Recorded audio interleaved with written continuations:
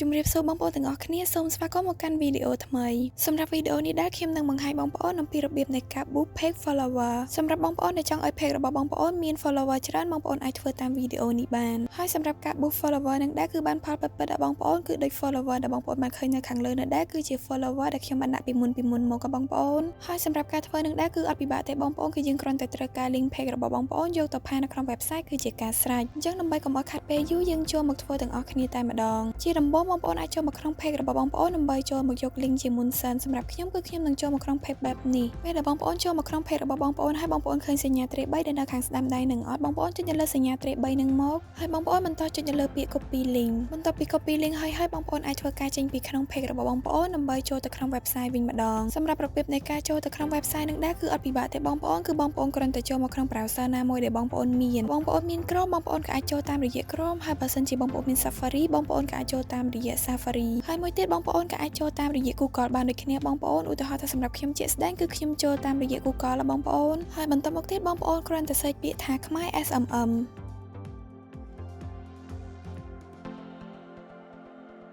អូខេបងប្អូនចុច search នៅខាងក្រោមនឹងមកហើយនៅខាងលើនេះដែរគឺជា link ចូលទៅក្នុង website របស់យើងបងប្អូនអញ្ចឹងបងប្អូនចុចនៅលើ link នឹងមកដើម្បីចូលទៅក្នុង website ផ្ទាល់តែម្ដងសម្រាប់បងប្អូនដែលបានចុចឈ្មោះចូលទៅក្នុង website ហើយនៅពេលដែលបងប្អូនចុចនៅតាមដំណរ link នោះនឹងលោតផ្ទាំង website បែបនេះមកបងប្អូនប៉ុន្តែសម្រាប់បងប្អូនដែលអត់ទាន់បានចុចឈ្មោះចូលទៅក្នុង website ទេបងប្អូនក៏អាចធ្វើការចុចឈ្មោះចូលទៅក្នុង website ដើម្បីអាចប្រើប្រាស់សេវាកម្មដែលមាននៅខាងក្នុង website នេះបានណាបងប្អូនហើយសម្រាប់ link អំពីរបៀបចុចឈ្មោះនិងរបៀបដាក់លុយចូលទៅក្នុង website ខ្ញុំនឹងដាក់ link ជូនបងប្អូននៅខាងក្រោមវីដេអូនេះតែម្ដងបងប្អូននៅក្នុង website នេះដែរគឺយើងមានសេវាកម្មជាច្រើនដែលបងប្អូនអាចធ្វើការជ្រើសរើសប្រើប្រាស់បានតាមតម្រូវការរបស់បងប្អូនប៉ុន្តែសម្រាប់វីដេអូនេះដែរគឺខ្ញុំនឹងបង្ហាញបងប្អូនទាក់ទងជាមួយនឹងសេវាកម្ម Facebook គឺ Facebook Page Follower បងប្អូនជាដំបូងបងប្អូនចុចនៅលើ logo Facebook នេះសិនមកបន្តមកទៀតបងប្អូនអុំមកក្រោមដើម្បីចុចនៅកន្លែង category នេះនៅក្នុងនេះដែរគឺយើងមានសេវាកម្មជាច្រើនដែលទាក់ទងជាមួយនឹង Facebook បងប្អូនគឺយើងមាន Facebook Follower យើងមាន Page Follower យើងមាន Report មាន View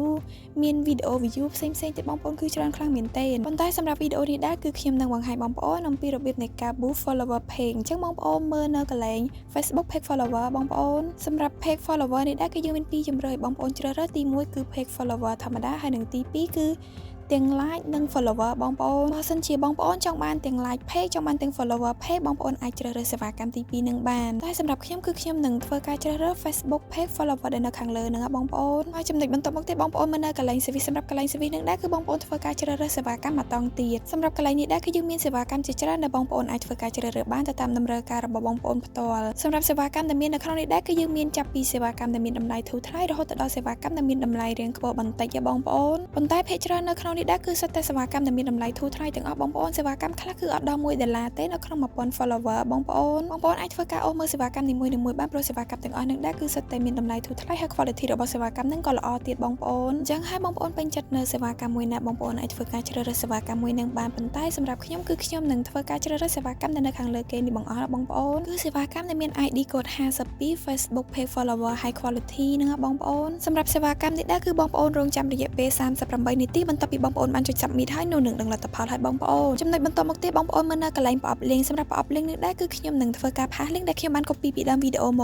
កបងប្អូនសម្រាប់បងប្អូនដែលអត់ទាន់បាន copy link ទេបងប្អូនក៏អាចចូលទៅក្នុង page របស់បងប្អូនដើម្បីធ្វើការ copy link ហើយយកមកផាសនៅក្នុង website នេះវិញបងប្អូនសម្រាប់របៀបនៃការផាស link នឹងដែរគឺអត់ពិបាកទេបងប្អូនគឺយើងគ្រាន់តែសកត់ទៅលើប្រអប់ link នោះនឹងលោតអក្សរផាសមកឲ្យបងប្អូនអញ្ចឹងបងប្អូនចុចទៅលើអក្សរផាសហ្នឹងទៅគឺបងប្អូនអាចផាស link នឹងបានហើយចំណុចបន្តមកទៀតបងប្អូនមើលនៅកន្លែង quantity សម្រាប់កន្លែងហ្នឹងដែរគឺបងប្អូនធ្វើការដាក់ចំនួន follower ដែលបងប្អូនចង់បាននៅកន្លែងហ្នឹងដែរគឺបងប្អូនអាចដាក់បានចាប់ពី10 follower ទៅដល់ 100k follower បងប្អូននៅក្នុងចន្លោះតួលេខហ្នឹងដែរបងប្អូនចង់ដាក់ប៉ុន្មានក៏បានដែរអាស្រ័យទៅលើតម្រូវការរបស់បងប្អូនផ្ទាល់ប៉ុន្តែបងប្អូនត្រូវចាំថាបងប្អូនអាចដាក់តិចបំផុតគឺត្រឹម10ហើយនិងច្រើនបំផុតគឺត្រឹម 100k follower បងប្អូនសម្រាប់ខ្ញុំធ្វើវីដេអូបង្ហាញបងប្អូនអញ្ចឹងគឺខ្ញុំអត់ដាក់ច្រើនទេបងប្អូនគឺខ្ញុំដាក់ត្រឹមតែ10 follower ទេនៅពេលដែលបងប្អូនដាក់នៅចំនួនដែលបងប្អូនចង់បានអស់ហើយបងប្អូនមើលនៅកន្លែងឆាតហ្នឹងគឺនឹងគិតលុយស្រាប់ៗឲ្យបងប្អូនតែម្ដងសម្រាប់10 follower ហ្នឹងដែរគឺខ្ញុំចំណាយអស់ត្រឹមតែ 0.028 សេនទេបងប្អូនគឺធូរថ្លៃខ្លាំងមែនទែនតែកន្លែងឆាតហ្នឹងទៀតសតក៏ប្រែប្រួលអាស្រ័យទៅលើចំនួន follower ដែលបងប្អូនបានដាក់នៅខាងលើហ្នឹងណាបងប្អូនបើសិនជាបងប្អូនដាក់លើសពី10 follower អញ្ចឹងនៅកន្លែងឆាតហ្នឹងក៏គិតលុយឲ្យបងប្អូនទៅតាមហ្នឹងដែរបងប្អូនពេលដែលបងប្អូនដាក់នៅចំនួនដែលបងប្អូនចង់បានអស់ហើយបងប្អូនគ្រាន់តែពិនិត្យមើលម្ដងទៀតនៅសេវាកម្មខាងលើដែលបងប្អូនបានជ្រើសរើសបងប្អូនពិនិត្យមើលនៅកន្លែង category service link quantity ថាត្រឹមត្រូវអស់ហើយឬនៅបើសិនជាត្រឹមត្រូវអស់ហើយបងប្អូនគ្រាន់តែចុចពាក្យថា submit បន្ទាប់ពីចុច submit ហើយនោះនឹងលោតវិក័យប័ត្របែបនេះមកបងប្អូនគឺមានន័យថាការបញ្ជាទិញរបស់បងប្អូនគឺត្រឹ ត្រូវបានទទួលយកសម្រាប់សេវាកម្មនេះដែរបងប្អូនរងចាំរយៈពេលត្រឹមតែ